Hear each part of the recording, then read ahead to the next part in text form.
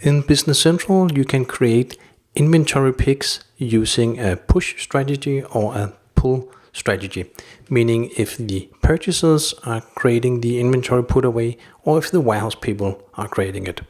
In this example, I've made 2 purchase orders, both on location code distribute, meaning I don't have a check mark in the warehouse receipt, and therefore but I do have a check mark in the warehouse put away, and therefore I use inventory putaways. I released the second one, but not the first one. So if I'm using a push strategy, I will enter the purchase order. It would normally be the purchaser doing this. And if I'm trying to create the warehouse put away from here, I will get an error because it's not released. So in both scenarios, using push or pull, we need to release the purchase document to signal to the inventory that it's ready. So I release it, and from my actions, I can now create an inventory put away. And I select create inventory put away, which will of course create my inventory put away. So in this scenario, it created one document. It's for order number 287.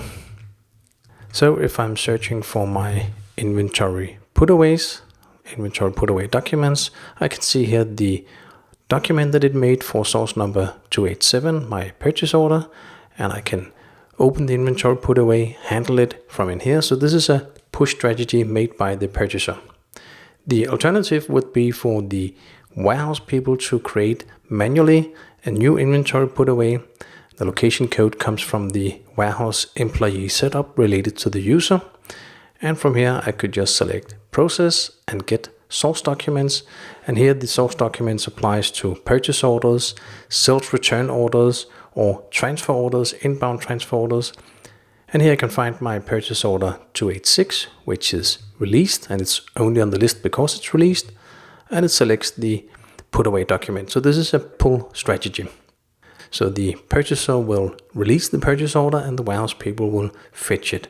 In this inventory put away scenario, we only have one document, one inventory put away for one purchase order. It's only possible using inventory put aways. So if you want to bundle purchase orders into one warehouse document, you need to use the directed put away and pick check mark on the location, meaning the big warehouse functionality.